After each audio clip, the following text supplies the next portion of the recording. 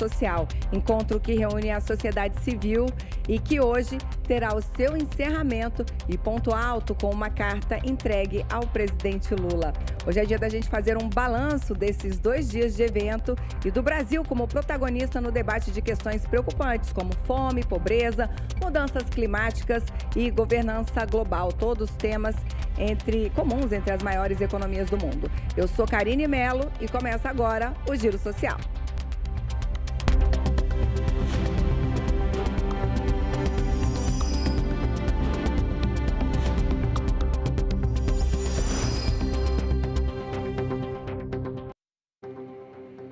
E participam desta conversa comigo meus colegas de veículos da Empresa Brasil de Comunicação, que fazem parte dessa cobertura especial do G20. Pela Rádio Gov, a apresentadora do programa Voz do Brasil, Mariana Jungmann, o repórter da Agência Brasil, Lucas Por Deus, o gerente da Agência Gov, Paulo Donizete, e o apresentador da TV Brasil, Guilherme Portanova. Bem-vindos, meus colegas. Obrigada pela presença. E aqui no nosso estúdio de vidro, montado aqui bem no coração do G20 Social, está o ministro da Secretaria de Comunicação da Presidência da República, Paulo Pimenta, a quem eu agradeço a presença. Obrigada, ministro. Bom dia. Bom dia. É uma alegria poder estar aqui acompanhando o G20 Social.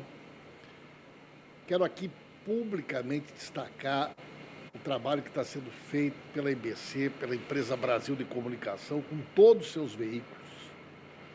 Na realidade, a EBC, nesse momento, transmite para o mundo. É a maneira que o mundo está acompanhando o que está acontecendo no Brasil. Nesses primeiros dias, com o G20 Social, num segundo momento, com a cúpula dos líderes mundiais, as maiores economias do mundo reunidas, os principais líderes políticos do mundo reunidos aqui no Brasil, sob a liderança do presidente Lula, e a gente tendo essa oportunidade de transmitir para todo o Brasil e para transmitir para todo o mundo. Então, está de parabéns à nossa equipe da EBC, a gente fica muito feliz. E hoje encerrando essa primeira etapa, que é a etapa do G20 Social, que superou todas as expectativas, né? Em um determinado momento, havia uma expectativa de que nós pudéssemos ter 5.000 pessoas inscritas. Em determinados momentos, nós tivemos mais de 15.000 pessoas inscritas e mais de 20.000 pessoas que passaram, né, pelas catracas de entrada, um sucesso total. Agora, ainda é cedo, meio chovendo aqui no Rio de Janeiro e muita gente chegando, o que mostra que o dia de hoje também, com a presença do presidente Lula, vai ser um grande sucesso. Sem dúvida, ministro. Aliás, o ministro mencionou aqui a chuvinha nos acompanhou aqui durante o G20 Social.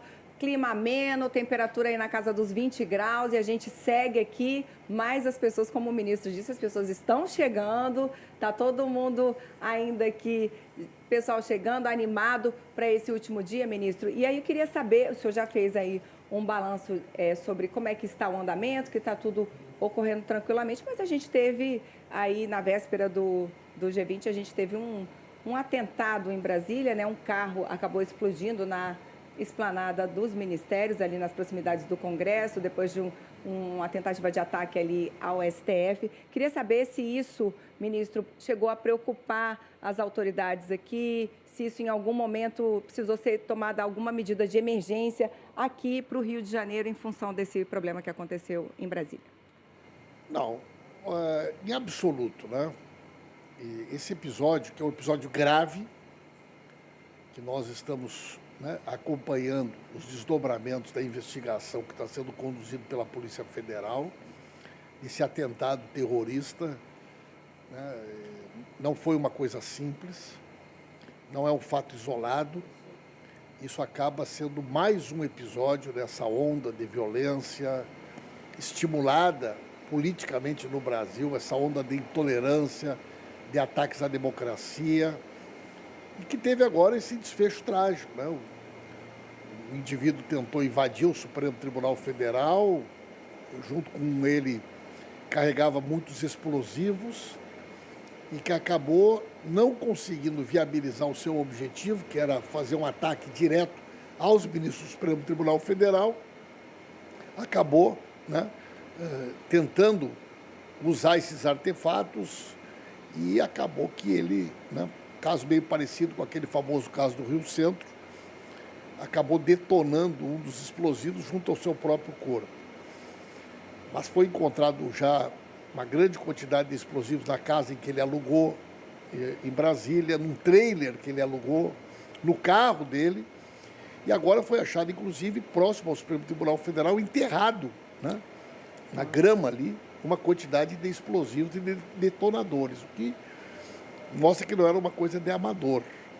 Mas isso em nada interferiu. Eu acho que até um dos objetivos dos criminosos era, de alguma forma, criar um ambiente que pudesse, né, manchar de alguma forma o sucesso do G20, mas eles não tiveram esse êxito, né? Nós temos aí confirmados a presença dos principais líderes políticos do mundo que começam a chegar no Brasil a partir de amanhã, né? É o presidente dos Estados Unidos, é o presidente da China, é o presidente da França, é o primeiro-ministro, né, do Reino Unido, são os grandes líderes do mundo árabe. Então nós vamos ter a oportunidade aqui de receber e o Brasil liderar esse encontro, que já é um encontro histórico. Por que ele é histórico? Em primeiro lugar, é a primeira vez que ocorre um G20 social. É a primeira vez que antecede a reunião da cúpula um encontro com essa natureza. Um encontro que permite que a sociedade civil interaja com a pauta da cúpula e que as contribuições desses debates que estão ocorrendo vão chegar até, né, a mesa principal da cúpula, discutindo exatamente o quê? Os temas do G20. Porque quais são os temas do G20? É o combate à fome, é uma nova governança mundial, é o tema da transição energética e é a questão que envolve a taxação dos super ricos. Hoje, esse é um debate totalmente colocado para que a gente busque formas de financiamento das políticas de combate à fome, a criação da Aliança Global contra a Fome. Então já é, né, um legado do G20 no Brasil. Então todo esse encontro prévio, que vai ter agora o seu momento próximo ao meio-dia com a presença do presidente Lula, ele vai aprovar um documento e esse documento vai ser entregue aos líderes mundiais, que estarão reunidos aqui no Brasil durante a segunda e a terça-feira. Vejam vocês a importância de tudo isso, gente, né? O Brasil, que era um país que até pouco tempo atrás era tratado como uma espécie de pária no cenário internacional.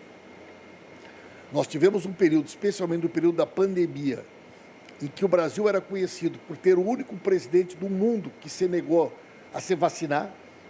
Enquanto o mundo remava para enfrentar a pandemia, o Brasil remava no sentido contrário. O presidente da República era uma figura totalmente opaca, totalmente ausente dos fóruns internacionais. Praticamente ninguém veio no Brasil durante 4 anos. E agora nós recuperamos esse protagonismo, esse prestígio, presidindo o G20, vamos presidir os BRICS a partir do ano que vem e vamos sediar a COP, né? A COP 25 lá na Amazônia, no Belém do Pará. Então o Brasil voltou, né, e voltou com muita força. E o que isso significa? Significa abertura de novos mercados, significa fortalecer a nossa economia e isso significa gerar empregos, criar oportunidades, distribuir renda e melhorar a vida do nosso povo. Então, a gente está muito feliz, muito orgulhoso do trabalho que o Brasil está fazendo e principalmente da liderança do presidente Lula, porque não dá para imaginar que sem o Lula o Brasil poderia estar hoje novamente ocupando esse protagonismo e esse respeito internacional. Isso se deve muito a essa liderança, ao prestígio do presidente Lula e o respeito que ele traz para o Brasil a partir do momento em que ele está de volta na presidência da República. Brasil com o G20 agora, como o ministro mencionou, importantes agendas até o ano que vem. Vamos começar a girar, ministro, os nossos veículos da EBC. Mariana Jungmann, apresentadora da Voz do Brasil, já está a postos. Bom dia, minha querida. Olá, bom dia, Karine Mello, minha companheira aí de estúdio. Bom dia, ministro, é um prazer imenso ter o senhor com a gente de novo nessa oportunidade. Ministro, eu ia até perguntar sobre esses temas todos que o senhor falou, né? Ia pedir essa pincelada, o senhor já garantiu aí a minha primeira pergunta, a resposta da minha primeira pergunta. Então, eu vou para a próxima. O senhor mencionou a questão da reforma da governança global, e esse tema ele não é exatamente uma novidade, porque em gestões anteriores do presidente Lula, o presidente mesmo já defendia, por exemplo, uma reforma no Conselho de Segurança da ONU, com a participação do Brasil, por exemplo, com um assento permanente. Mas agora há uma defesa mais ampla dessas instituições, né? desses organismos internacionais. Queria que o senhor falasse um pouco mais sobre isso, por que é importante que o Sul Global participe mais das decisões nas organizações internacionais e do que a gente está falando exatamente quando a gente fala em reforma da governança global. Bom, o Conselho de Segurança da ONU, ele é fruto do final da Segunda Guerra Mundial, né? Então, o desenho do Conselho de Segurança da ONU, ele revela um pouco daquilo que era o mundo na década de 40, na década de 50 do século passado. Quer dizer, os países principais que venceram a Segunda Guerra. Agora, é possível imaginar hoje o mundo sem que, num fórum de relevância internacional como esse, não tenha nenhum país da África, não tenha nenhum país da América do Sul? Quer dizer, é possível imaginar, discutir o futuro da humanidade sem que a África tenha o espaço de relevância, sem que a América do Sul tenha o espaço de relevância, a América Latina como um todo tenha o espaço de relevância? É evidente que não. Então nós temos hoje um país que tem um protagonismo, uma importância como produtor de alimentos, pela importância estratégica da questão energética, tudo aquilo que o Brasil significa, sem poder ter um espaço de relevância num fórum como esse, é evidente que não. Até porque, se a gente vê todas as últimas guerras que ocorreram no mundo, de alguma forma ou de outra, nós temos a participação direta de países que estão no Conselho de Segurança e nem por isso elas deixaram de ser evitadas. Como é o conflito que nós temos hoje na Ucrânia com a Rússia, como é o conflito entre Israel e os palestinos, onde os Estados Unidos têm um papel importante nesse conflito. Então, a ONU tem que ser mostrado insuficiente, os fóruns da ONU têm que ser mostrados insuficientes. Também isso diz respeito aos mecanismos de financiamento internacional que hoje estão ligados a esses fóruns de governança mundial. Nós temos um mundo cada vez mais com a riqueza concentrada e cada vez mais regiões inteiras do planeta convivendo com a fome, com a miséria e com a injustiça. Então, esse debate é um debate que hoje está colocado, né? Praticamente todos os países do mundo estão a exigir uma revisão disto que foi uma espécie de acordo do pós-Segunda Guerra Mundial. E o Brasil tem tido um papel muito importante, muito relevante para provocar essa reflexão e poder avançar nisso que a gente chama numa mudança, né, nos fóruns de governança da ONU, que é, em última instância, a principal instituição que, de alguma forma ou de outra, busca manter esse equilíbrio geopolítico, econômico, social e que, de alguma forma, mais uma vez eu repito aqui, hoje é insuficiente para dar conta da complexidade da sociedade moderna. A Agência Brasil também participa desse nosso giro social. Lucas Por Deus, bem-vindo. Karine, bom dia ministro, Paulo Pimenta, bom dia a todos que nos acompanham. Ministro, eu queria saber do senhor, inicialmente, como que o Brasil vai lidar com o novo presidente dos Estados Unidos, né? O Donald Trump, que foi eleito nesse mês de novembro e muda um pouco todo o cenário geopolítico global, né? Ele faz uma bagunça aí nesse cenário que estava colocado. A gente sabe que o Partido Republicano nos Estados Unidos ignora a crise climática, que apoiando a exploração de combustíveis fósseis praticamente sem qualquer limite, e também ignora um pouco a participação nesses fóruns multilaterais. Como que o Brasil deve se comportar nesse novo cenário aí, com Donald Trump à frente da maior potência, né, militar e econômica do planeta? O presidente Lula já governou o Brasil e já conviveu com presidentes americanos democratas e republicanos, assim como outros líderes políticos mundiais de diferentes vertentes já estavam à frente dos seus governos nas oportunidades em que o presidente governou o Brasil. E nós nunca tivemos nenhum tipo de dificuldade. Para nós, estas relações são relações institucionais entre Estados. Não cabe ao governante de plantão, vamos chamar assim, interferir em questões estratégicas que são questões de Estado e que ultrapassam, muitas vezes, né, estas questões de preferências políticas, partidárias, conjunturais.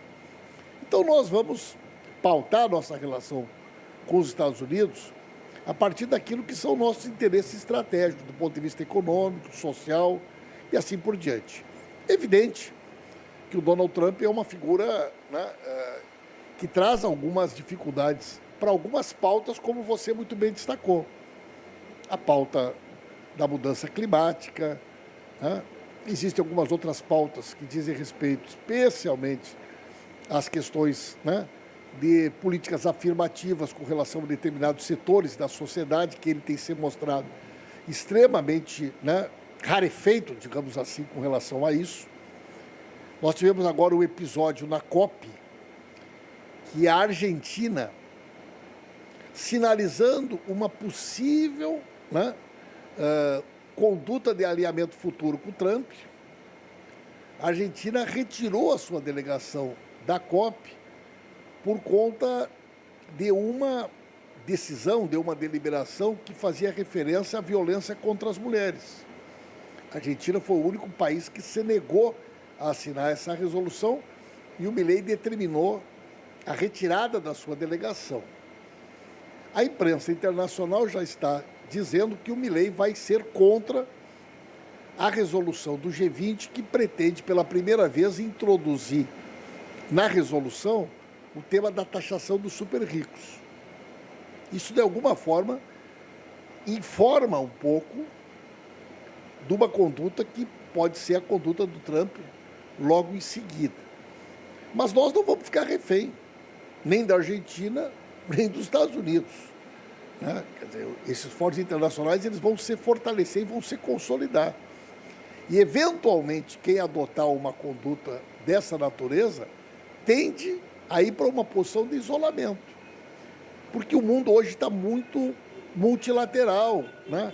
Quer dizer, nós temos o Sul global, nós temos outros países com uma força, como a Índia, ou a própria China, que não tinha essa força algumas décadas atrás. O BRICS passa a ser um outro, né, vetor importante desta geopolítica internacional. Então, se os Estados Unidos acabar, em função do Trump, para estas pautas específicas, fugindo desse esforço internacional, se a Argentina eventualmente optar por seguir esse caminho, eu tendo a achar que eles ficarão numa posição de isolamento, porque há um esforço, há uma compreensão e há um caminho que sendo percorrido que não vai deixar de ser percorrido por conta da postura do Milei ou por conta da postura do Trump. Ministro, quero aproveitar que o senhor está falando nesse assunto aqui. Um dos temas do G20 tem a ver com mudança climática. Então, o senhor acredita que novas lideranças, como, por exemplo, nos Estados Unidos, podem atrapalhar planos conjuntos das potências para diminuir, por exemplo, as emissões, para tomar medidas de mitigação? Eu falo, por exemplo, porque o presidente Trump, o ex-presidente Trump, que agora foi eleito, presidente eleito, já tinha se recusado a participar do Acordo de Paris. Então, queria saber como é que fica, né? Qual é a perspectiva que a gente vê, se o senhor acha que isso pode ser um problema para esse consenso que é necessário para, no caso de mudanças climáticas, por exemplo.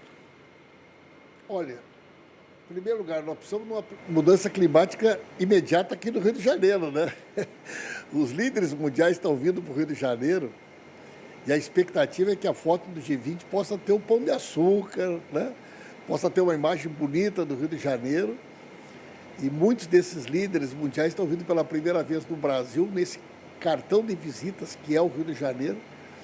E até agora, né, o sol não tem aparecido. Por enquanto, né? Não. Até agora é chuva, né, nos nossos diversos momentos do G20 social aqui no Rio de Janeiro.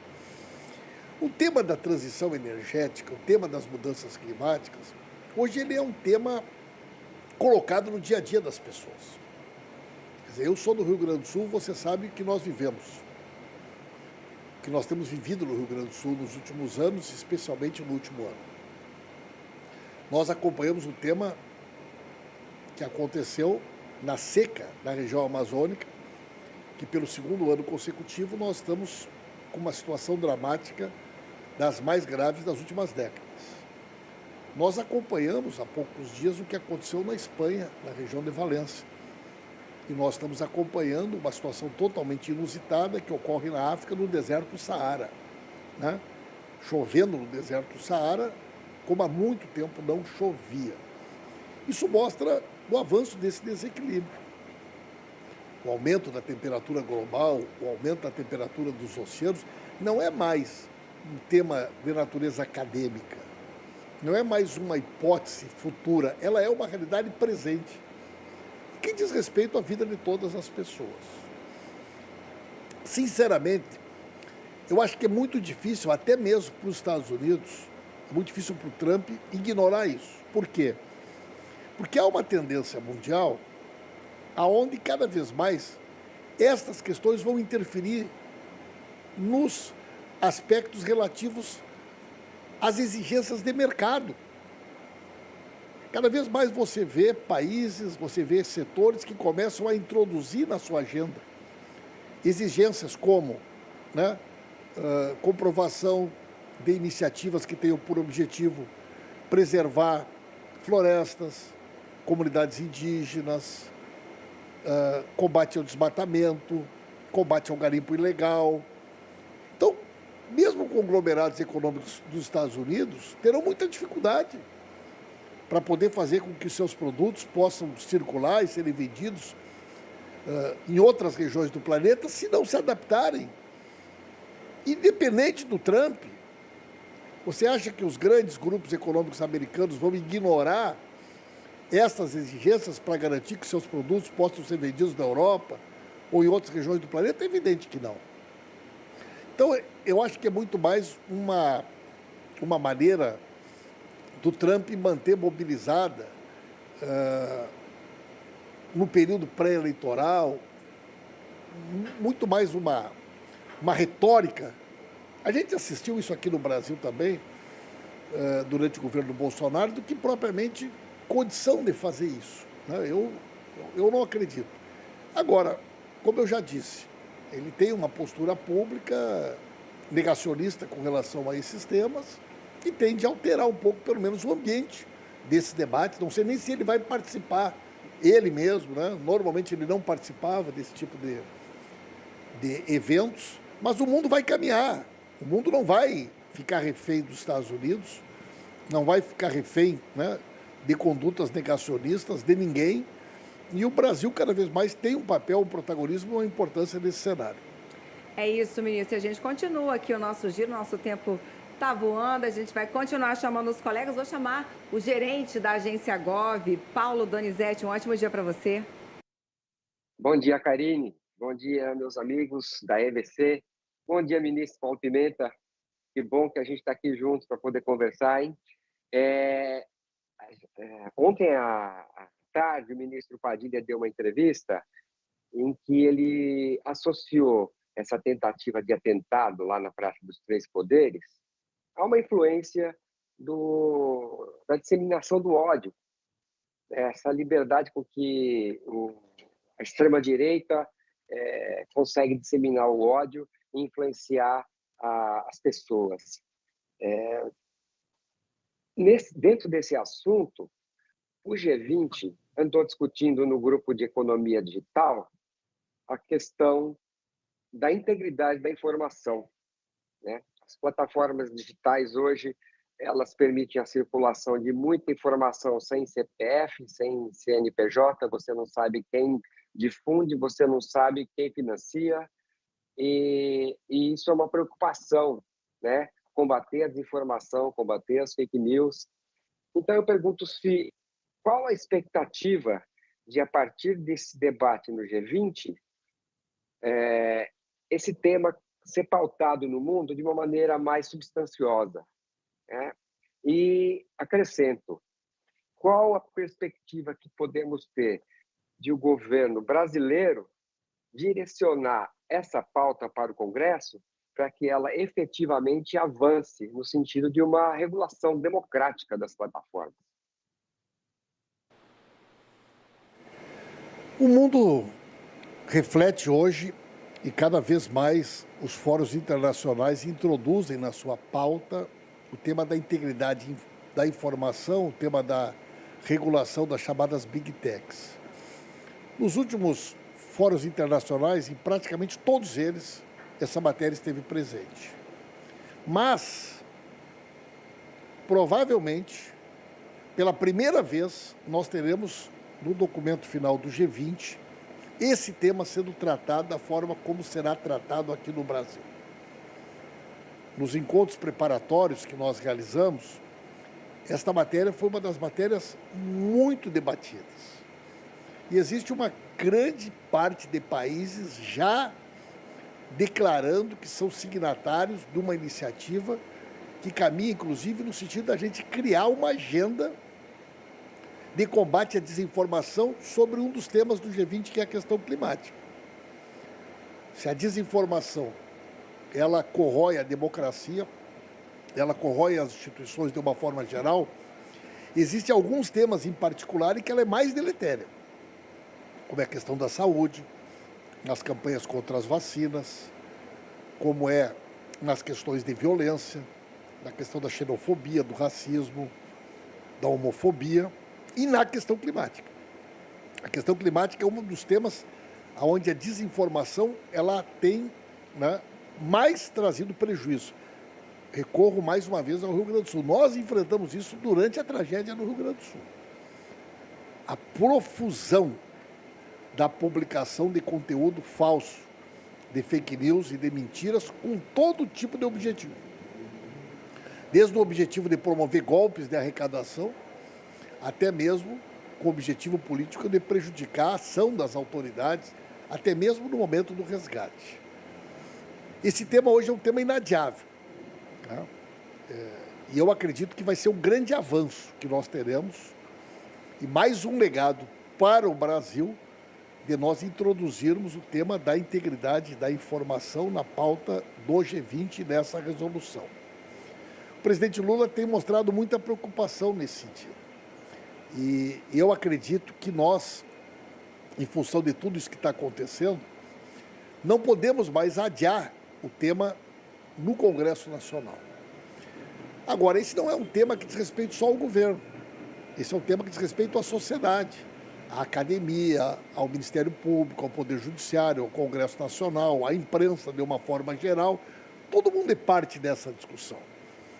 Então, a necessidade de uma regulação que possa estabelecer limites a partir daquilo que estabelece a nossa Constituição, que não permita que isso possa interferir num ambiente de liberdade de expressão, de censura, mas que, ao mesmo tempo, resguarde os interesses individuais de cada cidadão e os interesses difusos da sociedade, como os temas da democracia, do meio ambiente e assim por diante, é fundamental. Eu assisti recentemente uma entrevista do Barack Obama e ele dizia que se tinha alguma coisa que ele se arrependia, foi durante o período em que ele foi presidente não ter avançado nesse debate, segundo ele, a expressão utilizada por ele, corrosivo para a democracia. Se a gente olhar esse episódio desta semana, nós vamos ver que o criminoso que atentou contra os ministros do Supremo Tribunal Federal tinha usado as suas redes sociais. E é mais do que isso, é muito provável que a gente consiga identificar grupos do quais ele fazia parte, que são grupos extremistas, que defendem a violência, o ódio, a intolerância, como forma de disputa de ideias na sociedade.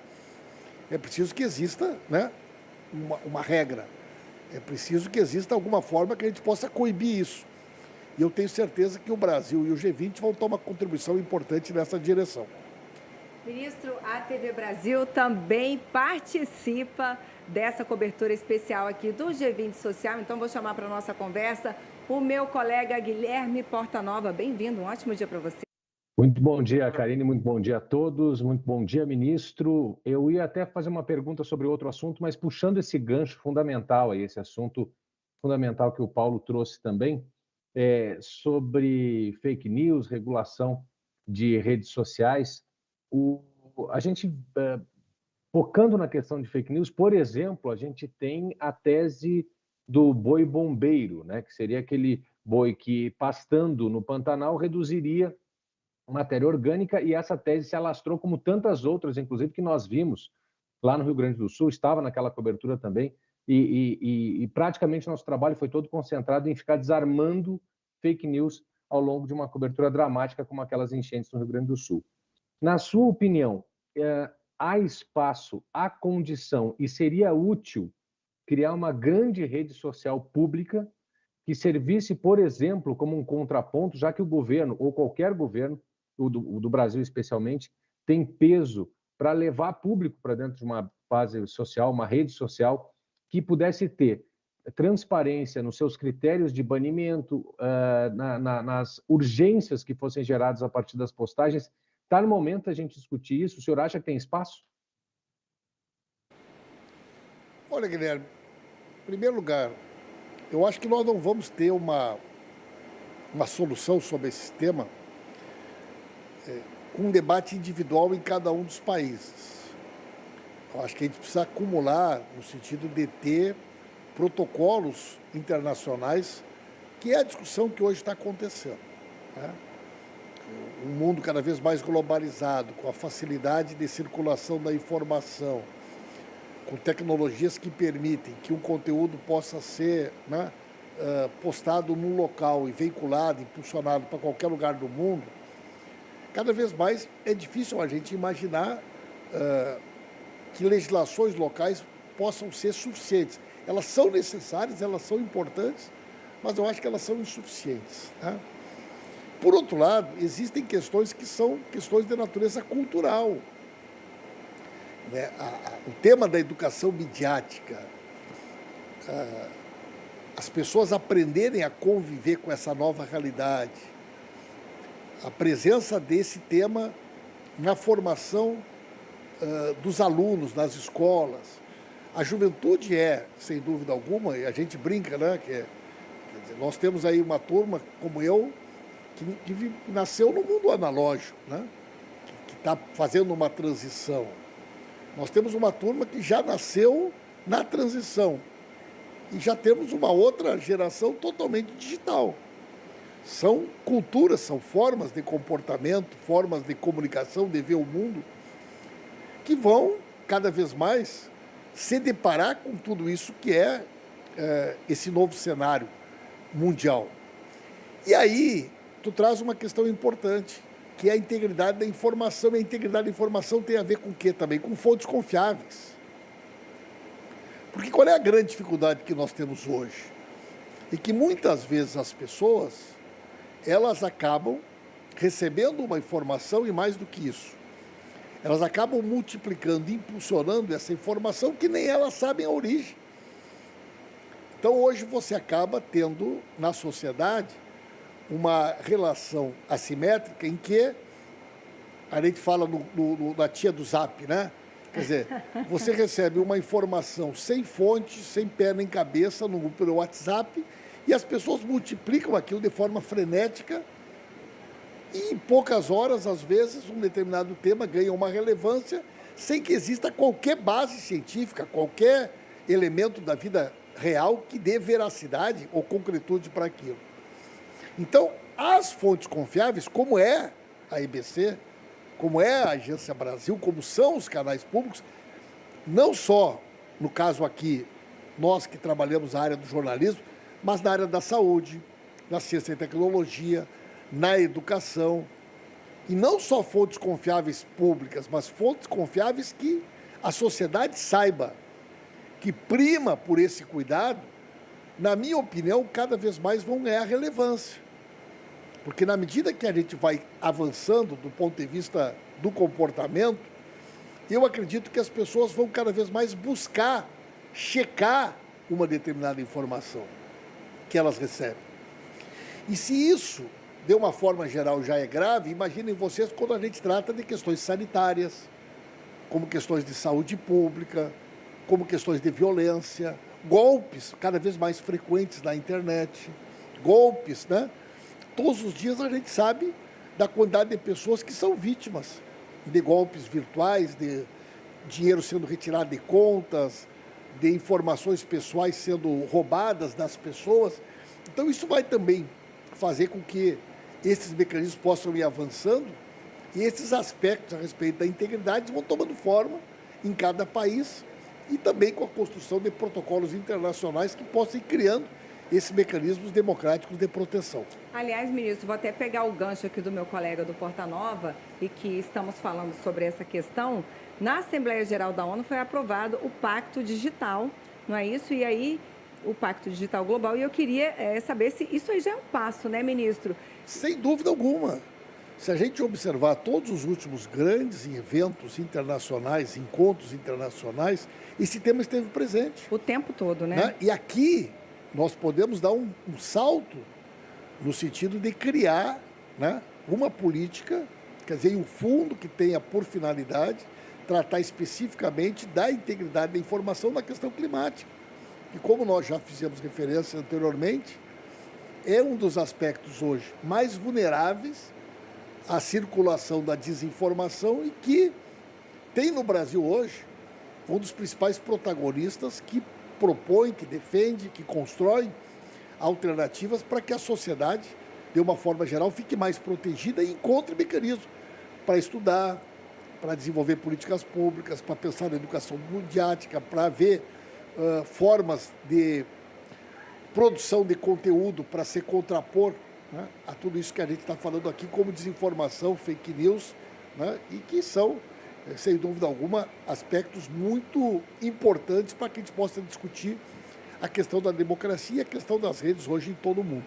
Sem dúvida, ministro, a gente já está encaminhando para os finalmente aqui do nosso Giro Social, mas dá tempo ainda da gente voltar com Porta Nova e, na sequência, tentar ouvir mais uma vez a Mariana Jungmann também. Porta Nova, contigo.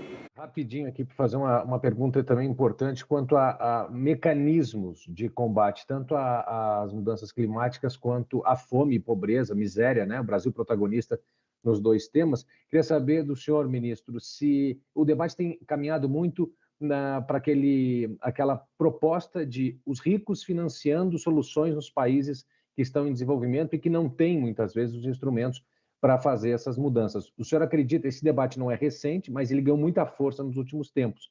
O senhor acha que agora vai?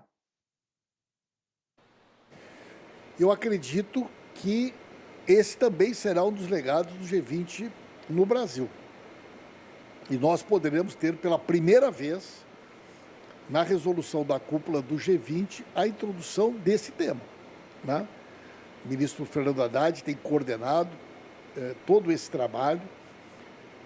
Ao longo dos últimos meses, foram inúmeras agendas realizadas com este objetivo, e eu não vejo outra forma de financiar políticas públicas de combate à fome, à desigualdade no mundo, e também com relação à questão das mudanças climáticas, sem que aqueles que mais ganharam com isso, sem que os países mais ricos possam, de alguma forma, pagar, né, a maior parte dessa conta. Então, eu acho que esse é o caminho e é nessa direção que nós devemos avançar.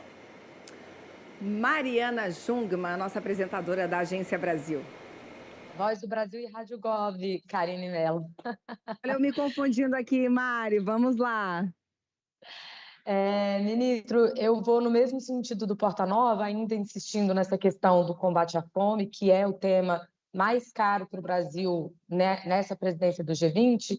Queria que o senhor falasse um pouco sobre como está a adesão a essa proposta de uma aliança global contra a fome e se o Brasil vai levar isso também para outros fóruns em que ele vai ter destaque. Como o senhor falou, no ano que vem a gente vai presidir o BRICS, a gente vai receber a COP30.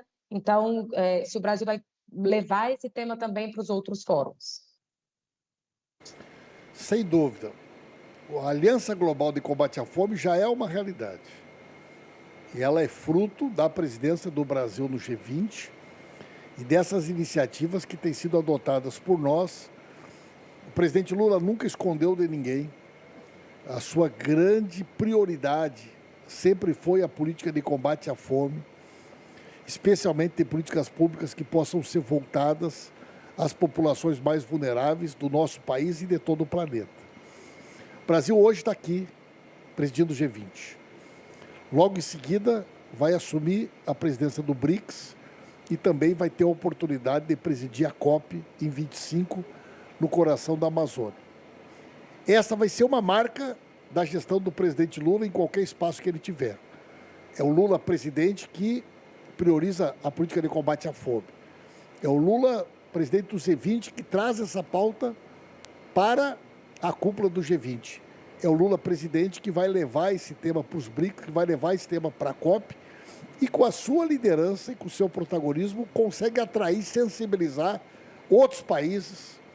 Nós queremos avançar também para trazer indivíduos, empresas, para um grande esforço mundial e eu tenho certeza que nós vamos ser exitosos e que o Brasil terá como legado do nosso G20 a criação dessa Aliança Global de Combate à Fome. Passou voando, queria agradecer a presença do nosso ministro da Secretaria de Comunicação da Presidência da República, Paulo Pimenta. Ministro, obrigada por ter vindo aqui. Fica à vontade para fazer suas considerações finais. Eu que agradeço, gente, né? E estou muito feliz, né? Primeiro pelo trabalho que a nossa empresa Brasil de Comunicação está realizando aqui no G20. Nós estamos permitindo que o Brasil, mas mais do que isso, nós estamos permitindo que o mundo possa acompanhar. E eu já conversei com vários colegas que fizeram coberturas de outros eventos do G20 e nenhum desses eventos teve a dimensão do trabalho que está sendo realizado aqui. São mais de 2.500 profissionais de imprensa do mundo inteiro já cadastrados para a cúpula. Quase 1.000 profissionais de imprensa fazendo aqui a cobertura do G20 social. O mundo inteiro hoje está com seus olhos voltados para o Brasil. E esse momento da cúpula vai ser o momento em que o planeta vai olhar para o Brasil e vai enxergar nesse encontro o debate acerca das principais pautas que diz respeito ao futuro da humanidade. A política de combate à fome e à desigualdade. O tema da transição energética. Quer dizer, essa necessária reflexão da sociedade sobre as mudanças climáticas e a transição energética. E terceiro, os aspectos relativos àquilo que a gente chama de uma nova governança global, né? Então, eu acho que a gente está de parabéns.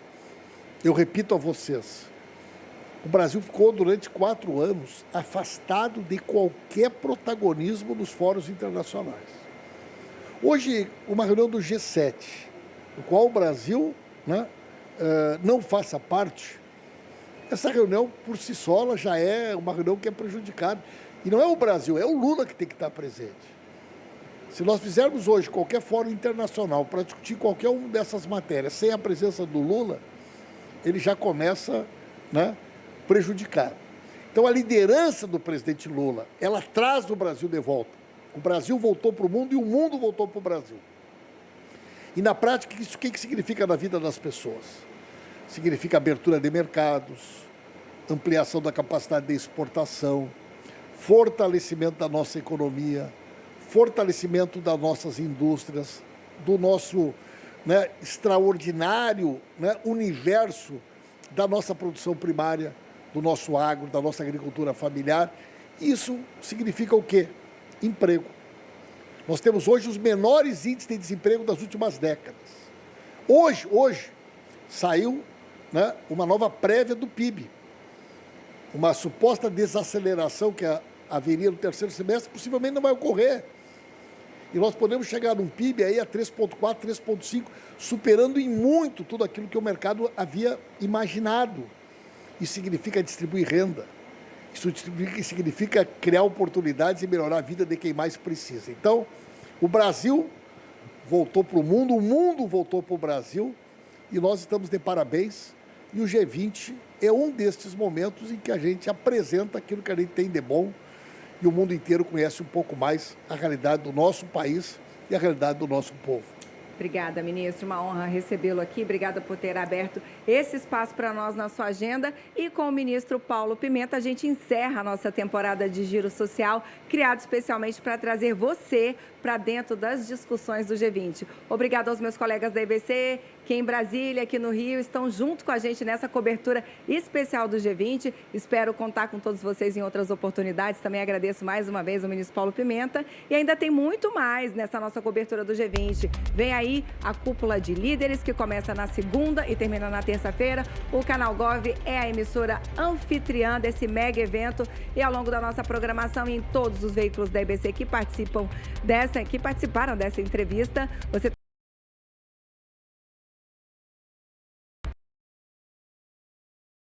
o encerramento do G20 Social e aí você vai ver tudo aqui no Canal Gov. Obrigada pela companhia e continue com a gente.